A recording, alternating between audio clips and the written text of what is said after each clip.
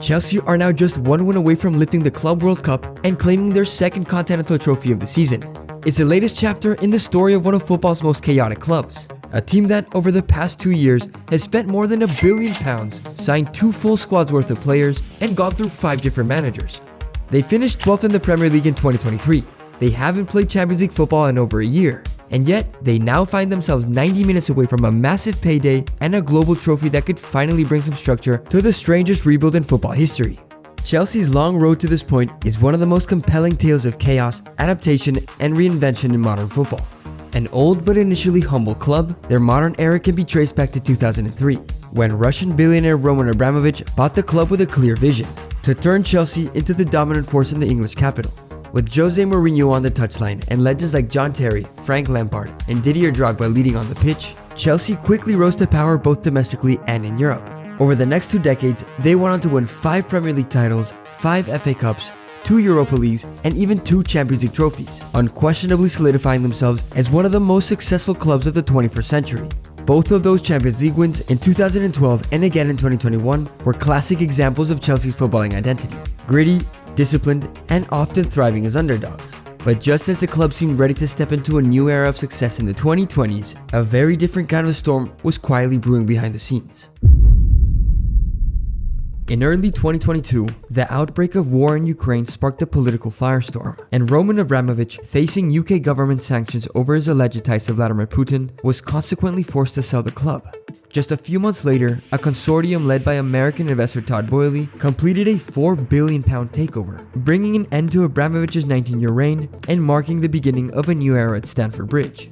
Fresh off building a winning blueprint with the LA Dodgers, Boehly spoke of a long-term vision rooted in data, structure, and sustainability, and it wasn't long before the new ownership made their presence felt. In their first transfer window, the Blues would go on to spend over £250 million in an attempt to supercharge their roster. Big names arrived, high fees were paid, and Chelsea looked to be building a squad for the future. But results just didn't match the ambition. They stumbled out of the gate in 2022-2023. In just 6 games into the season, the new owners made the shocking decision to sack Thomas Tuchel, even after he had won them the Champions League just a year prior. In his place came Graham Potter, who had impressed at Brighton for his tactical flexibility and calm demeanor, but who had never been tested at a club of Chelsea's size. The appointment was framed as a long-term bet, but in reality, it only worsened an already chaotic environment. Come January, Chelsea had already spent another £300 million. They broke the British transfer record for Enzo Fernandez, hijacked Mikhailo Mudryk from Arsenal, and added so many new signings that the squad ballooned past 30 players. There were too many to register for Europe, too many for a matchday squad, and at times, too many to even train together. On paper, Chelsea might have had depth everywhere, but on the pitch, they had no identity, no rhythm, and no direction. By March, they had scored just 29 goals in 28 league games, and were stuck in the bottom half of the table. By April, Potter had been sacked as well, and with the season spiraling, Frank Lampard returned as interim manager. There was hope that the club legend could provide a much-needed lift, but once again, nothing changed. Chelsea went on to finish the season 12th, their lowest position in nearly 30 years. It was the lowest point of the Boehly era, but the spending was far from over. In the summer of 2023, Chelsea hit the reset button for the 4th time in 2 years by bringing in former PSG and Spurs manager Mauricio Pochettino, who was tasked with restoring structure and stability after a season defined by dysfunction. The change in manager also came with a shift in squad management, a full clear-out aimed at fixing the bloated roster. More than a dozen players were offloaded, including the likes of Mason Mount, Havertz, Kovacic, and Koulibaly. But even with the exits, Chelsea's spending didn't slow down. They broke the British transfer record again with a £150 million deal for Moises Caicedo. They added Romeo Lavia, Nicholas Jackson, Robert Sanchez, and Christopher Nkunku. And Chelsea fans hoped the refreshed squad, plus an elite new manager, would finally bring some consistency. But their season was anything but smooth. Nkunku was injured before it began. Lavia barely played. And by January, Chelsea were back to the bottom half of the table. They lost the EFL Cup final to Liverpool in extra time, crashed out of the FA Cup against City, and once again looked very far from the top 4. But amidst all the setbacks, there were still some signs of life.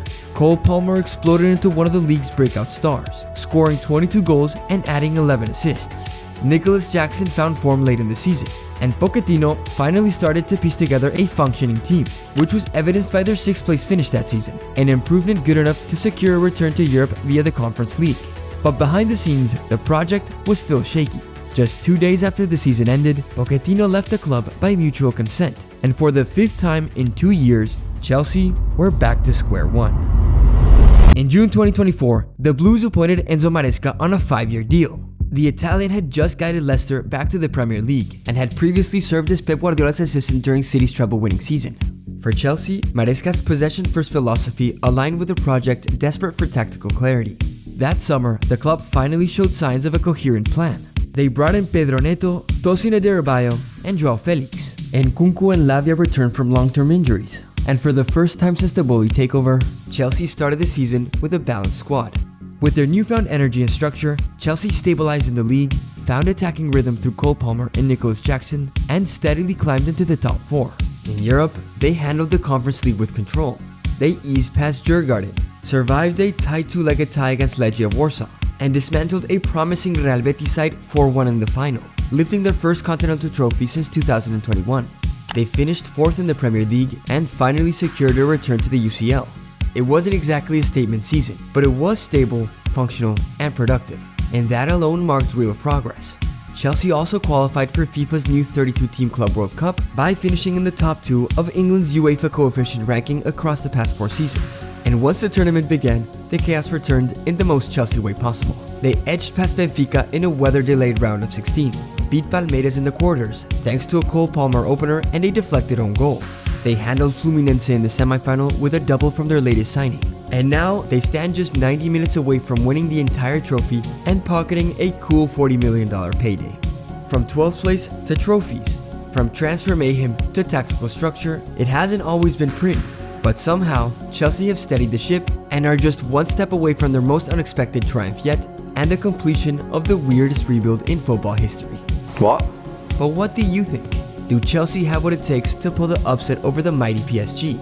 Or is it still too soon for the Blues and Enzo Maresca to make sense of all the madness? Let us know what you think in the comments. Don't forget to leave a like if you enjoyed the video and subscribe for more content just like this.